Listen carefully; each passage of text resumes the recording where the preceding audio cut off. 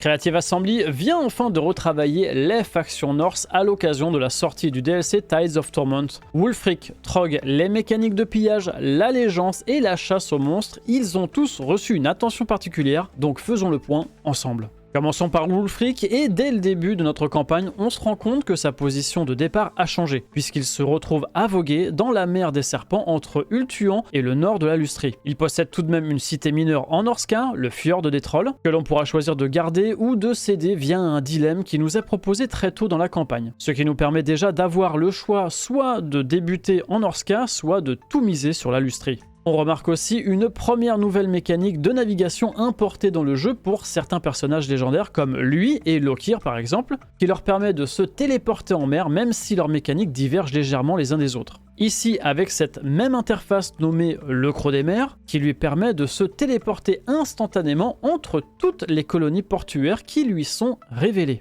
Pour que ce soit possible, il y a quelques conditions quand même. Il faut qu'il soit en mer, près d'une région avec une colonie portuaire et qu'aucune armée ennemie ne soit proche de la colonie portuaire de destination. En gros, qu'il n'y ait pas de comité d'accueil. Il peut maintenant aussi attaquer les cités portuaires en mer sans passer à terre comme pour les Arches Noires. Beaucoup plus pratique pour piller les villes et repartir, ce qui correspond plus à son gameplay. Avant de passer aux nouvelles mécaniques de faction, jetons un coup d'œil aux ajouts spécifiques à la campagne de Trogg, puisqu'il a une nouvelle ressource propre à lui, les frères trolls que l'on pourra gagner via des bâtiments, des événements et surtout pour chaque unité de troll dans nos armées. Cette ressource nous servira tout d'abord à construire une nouvelle chaîne de bâtiments uniques, les cavernes de trolls, qui nous donneront des points de domination du roi troll, ainsi que les fausses mangeoires qui nous donneront des ressources et des revenus supplémentaires. Regardez ensuite à quoi va nous servir les points de domination du roi troll. Plus notre réserve augmente ici, plus nous avons de bonus importants et nous pouvons aussi appeler des hordes de monstres de plus en plus grosses dans nos armées comme une WAG. Appelée plutôt ici la horde monstrueuse. Au début on parle d'un ajout de 3 unités de trolls et à la fin ça sera 16 quand même, durant un temps limité par contre bien sûr. Cela nous coûtera encore des points de frères trolls et nos unités de trolls ne produiront plus de ressources temporairement.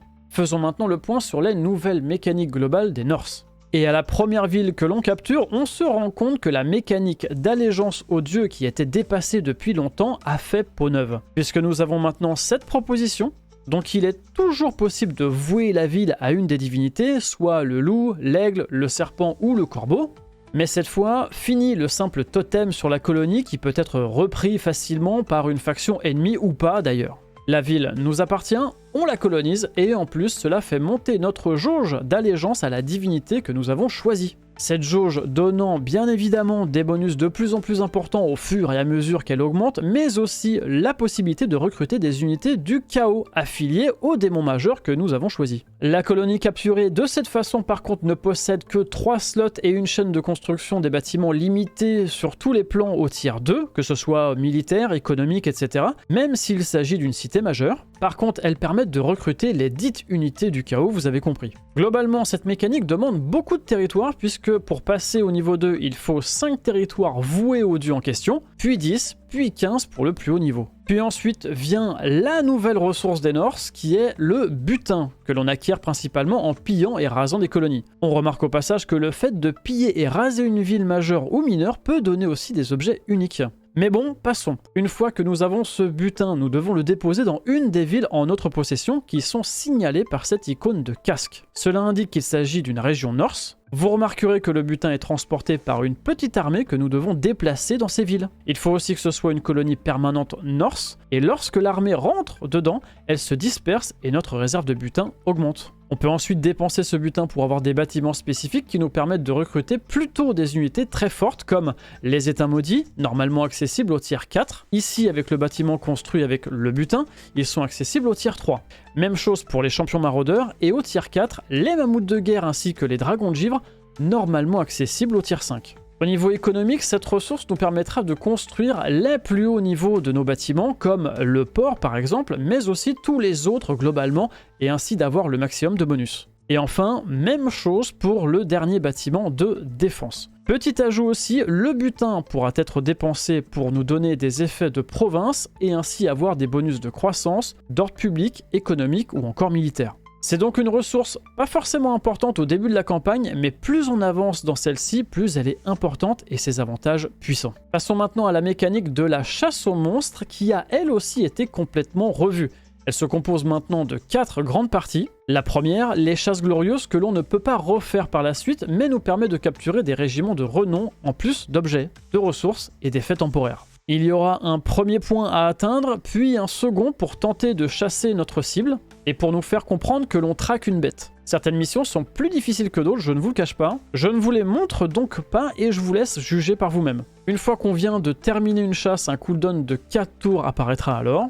En deuxième, les chasses d'apprivoisement, qui sont celles-ci en 2 étapes et qui peuvent elles aussi nous fournir des monstres, des objets et des ressources. La première étape initiale avec les récompenses associées ne sont faisables qu'une seule fois, mais la deuxième est illimitée pour que l'on puisse quand même toujours garnir notre bassin de recrutement. Puis la chasse au trophée, qui est une chasse unique aussi, qui pourra nous fournir des objets uniques en conséquence et en plus des ressources et des bonus. Il faudra par contre terminer d'abord les 3 chasses glorieuses de base, donc ça ne sera vraiment pas en début de campagne. Et enfin, le titre de chasseur suprême possible de récupérer si nous avons assez chassé. Celui-ci donne des avantages puissants en boostant tous les monstres de l'Arcanum. Il nous faudra par contre terminer toutes les chasses glorieuses, plus 5 chasses de trophées et 3 d'apprivoisement pour devenir le chasseur suprême. A noter que toutes nos armées peuvent chasser et pas seulement celles de notre seigneur légendaire. Et enfin pour terminer, un mot sur la chaîne de technologie qui a totalement été retravaillée comme souvent dans les reworks des factions maintenant, divisée en 3 grandes parties, une plutôt économique et en campagne, une autre plutôt militaire où les points de butin auront aussi leur rôle à jouer, et la dernière un peu mixte mais plus axée sur le côté pillage, conquête militaire et la magie. Voilà, j'ai fait le tour globalement de toutes les nouveautés de ce rework des Norse, attendu depuis des années maintenant. J'ai hâte de savoir ce que vous en pensez et qu'on en discute à l'occasion au cours d'une future campagne, alors merci à vous et à très bientôt.